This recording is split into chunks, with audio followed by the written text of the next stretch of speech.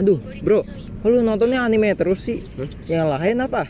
Bosen anime mulu. Kamu mau nonton film apa lagi, Cok? Yang lain itu film-film di YouTube banyak nggak anime doang? Ini lebih bagus.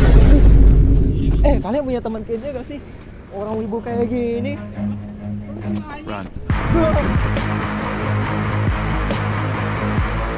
Aduh, capek kejar wibu guys. Oh iya, BTW kalian tahu gak siapa itu wibu?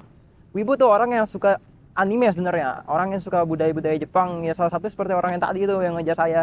Yang dia suka nonton Jepang apa anime tanpa nonstop. Lalu apa bedanya sama otaku ataupun K-popers? Sebenarnya ada bedanya. Mereka sama-sama menyukai dari budaya Jepang ataupun Korea. Karena budaya mereka memiliki keunikannya tersendiri. Wih, sekejap.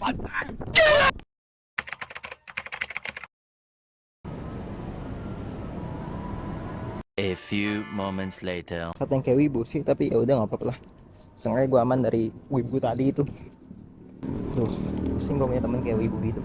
Ngejar, serem. Oh ya guys, BTW, kita juga harus tahu dari teman gue yang tadi tuh. Kita juga harus tahu seberapa besar sih pengaruh budaya Jepang dan Korea untuk kehidupan kita sebagai remaja di Indonesia. Terlebih di bidang budaya dan hiburan, Jepang dan Korea memiliki budaya yang unik dan lebih menarik untuk diikuti. Kayak juga ya, serem. Oh ya guys, ngomong-ngomong tadi kan tentang pengaruh dari budaya Jepang dan Korea. Ternyata budaya Jepang dan Korea telah mempengaruhi hidup kita. Salah satunya melalui film ataupun yang kita sering tonton, anime, musik J-pop, musik idol ataupun drama dan fashion dan juga makanan sih. Kalau dalam yang memengaruhi visual seperti kreatif dalam hal cosplay dan anime, sedangkan budaya Korea lebih dominan ke gaya hidup dan juga fashion dan kosmetiknya yang suka diminati oleh remaja di Indonesia. Lanjut. Bro. Woi, Sini aja. aduh, kenapa nih kok lu capek banget? Saya capek banget lah. Tadi gue habis kejar wibu. Waduh, Temen gue tuh tadi lagi nonton anime bareng kan. Terus gue cuma iseng-iseng nanya kayak, lu kenapa nonton anime terus, apa nggak bosan? waduh. Terus dia marah, dorong gue mau ngejar-ngejar gue pakai pedang-pedangan. Aduh, takut kan gue. Itu gue kesini.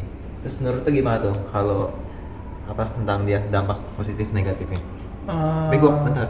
Ya udah. Bentar ya. Gue kebelet tuh udah dikejar. Yuk. Takut gue. Jadi dari penyebab dan dampaknya sendiri, tentu dari yang udah dibahas sebelumnya juga itu media sosial yang jadi pengaruh terbesarnya sih. Terutamanya perkembangan teknologi informasi seperti TikTok, Instagram, lalu keterbukaan akses yang luas dan tentu daya tariknya tersendiri juga jadi hal utamanya. Lalu untuk dampak positifnya tersendiri ya tentu ada banyak sih orang-orang seperti itu. Jadi meningkatnya kreativitas, motivasi dalam belajar, terus lalu juga wawasan global sih pastinya. Tapi dari dampak positif juga ada dampak negatifnya, seperti perilaku yang konsumtif, seperti pakaian dan mereka yang membeli mainan seperti itu. Lalu juga fanatisme karena halnya yang ingin selalu dibela dan resiko terlupakannya budaya lokal kita sih. Itu sih guys. Lalu yang terakhir, apa pengaruhnya terhadap identitas nasional kita? Sebenarnya, akulturasi budaya tidak secara langsung menghadap identitas nasional remaja kita, tetapi malah membuat identitas baru yang memiliki nilai lokal dan asing. Ini adalah proses yang wajar di masyarakat. Akan tetapi, jika akulturasi budaya tidak disikapi secara selektif dan kritis, dapat berkembang menjadi dominasi budaya luar yang mengikis nasionalisme. Oke, kan sudah tadi kan kita udah jelasin kan dari cerita-cerita dan penjelasan dari kita semua kan. Nah, kalau menurut kalian berdua nih, apa sih kesimpulan yang bisa kita jelaskan lagi supaya penonton tuh bisa lebih mengerti nanti nih? Apa nih?